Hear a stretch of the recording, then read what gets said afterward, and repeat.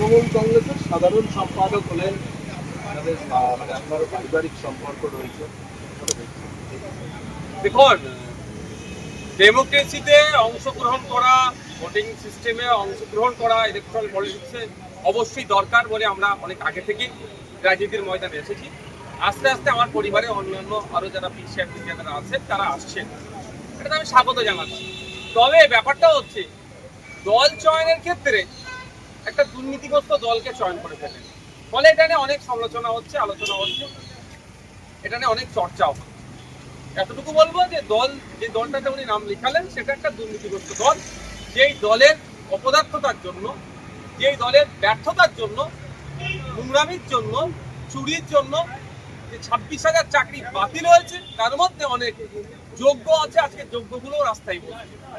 যেই দলের জন্যই আনিসকে খুন হতে হলো, যেই দলের সর্বোচ্চ নেত্রী বলেন যে ওয়াকাফ নিয়ে আন্দোলন করতে গেলে দিল্লিতে গিয়ে আন্দোলন করতে হবে, সেরকম একটি দলের নাম লিখানোর জন্য উনি একটু সমালোচিত হচ্ছে। ক্ষোভ প্রকাশ করছেন খুব ক্যানিংয়ের বিধায়ক শওকত মোল্লা। তিনি বলছেন যে কাসেম সিদ্দিক কখন কি বলেন কদিনের বিভিন্ন করেছেন এবং এদের মনে হয় খুব বেশি রুজি রোজগার তাই আমার থেকে গুটি কয়েক তৃণমূলের কিছু বিধায়ক নেতারা আছে, সৌজন্যতার সম্পর্ক আমরা রাখি, আপনারা জানেন ভালো করে। সেই ক্ষেত্রে মাঝে মধ্যে ফোনে হাই হ্যালো হয়। গতকালকে আমাকে এইরকম বেশ কয়েকজন ফোন করে তারা ক্ষোভের সাথেই বলছিলেন যে আমরা এতদিন দল করছি, এত স্যাক্রিফাইস করছি, হঠাৎ করে কেউ আসলো তাকে দলের এত বড় পদে বসিয়ে দিল, এটা কি গণতন্ত্র? আমি তাকে উল্টে জিজ্ঞাসা করেছিলাম একটা কথা, তারাই কথা বলে রাখি। শওকত মোল্লা সাহেবও ক্ষোভ প্রকাশ করছে যে শওকত মোল্লা সাহেব বড় পদ পাওয়ার জন্য ক্যানিংয়ে নিরীহ মানুষের উপর অত্যাচার, শুধু নয় ভাঙড়ের মানুষের উপর অত্যাচার, মিথ্যা কেস এবং আমাকে ক্রমাগত ভাষাগত আক্রমণ করে যাচ্ছে, সেও পদ পেল না। তবে গতকালকে যখন তৃণমূলের কয়েকজন নেতা আমাকে ফোন করেছিলেন, আমি তাদেরকে জিজ্ঞাসা করলাম, দাদা আপনাদের দলের জেনারেল সেক্রেটারি কতজন? তিনি আমাকে অকপটে উত্তর দিলেন, দাদা এটা আমার পক্ষে বলা সম্ভব নয়, কারণ কখন কাকে বসিয়ে দেয় বোঝা মুশকিল। তারপর অনেক ভাবনা চিন্তা করে দেখলাম এই প্রশ্নটা যদি মমতা ব্যানার্জিকে করি, এই প্রশ্নটা যদি সুব্রত বক্সী মহাশয়কে করি যে স্যার আপনাদের দলের মোট জেনারেল সেক্রেটারির সংখ্যা কত, উনি আমার মনে হয় 5 মিনিট মাথা চুলকাবে, তারপরে হয়তো এক্সাক্ট সংখ্যাটাও বলতে পারবেন না। মানে যাকে মনে হয় সকাল সন্ধ্যে ধরে বসিয়ে দেয়, একটা পোস্ট, বাকি সব ল্যাম্প পোস্ট।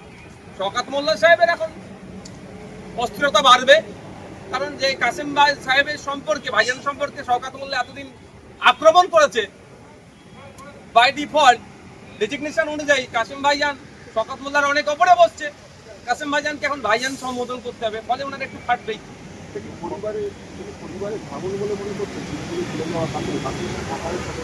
মোটেও ওটা ভাঙন না। পরিবারের মধ্যে আমাদের যে পারিবারিক সম্পর্ক সেটা যথেষ্ট ভালো আছে,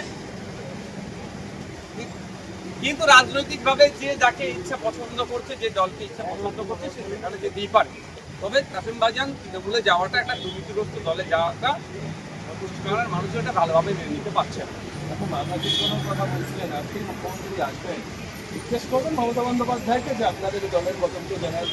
দেখুন, ওটা তো একটা রাজনৈতিক কোশ্চেন, আর এখানে মুখ্যমন্ত্রী হিসাবে আসছেন, তিনি দলের প্রধান হিসাবে আসলে তাকে এই কথাটা আমি নিশ্চিতভাবে সুযোগ পেলে জিজ্ঞাসা করতাম। তবে এখানে সুযোগ পেলেও আমি সে কথা জিজ্ঞাসা করবো না, কারণ এটা একজন মুখ্যমন্ত্রী হিসাবে আজকে বিধানসভায় আসছে। কোনো সময় যদি নবান্নে যাওয়ার সুযোগ হয়ে যায়, যদি হয়, তাহলে ওখানে গিয়ে যদি সময় পাই তাহলে জিজ্ঞাসা করবো।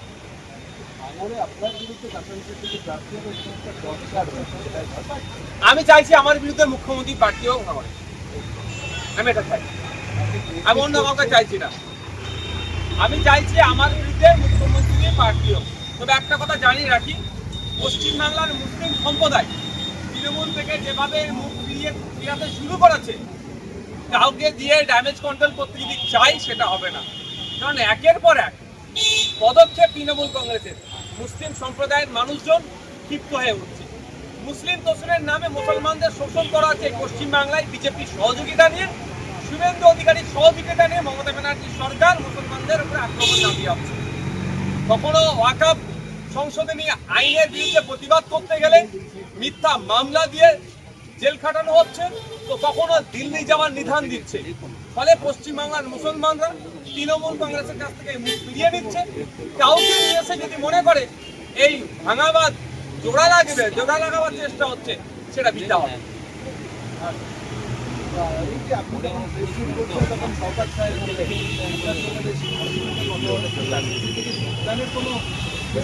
আমার সাথে কথা হয়নি, কারণ হচ্ছে আমি আপনাদের কোশ্চেনের উত্তর দিচ্ছি।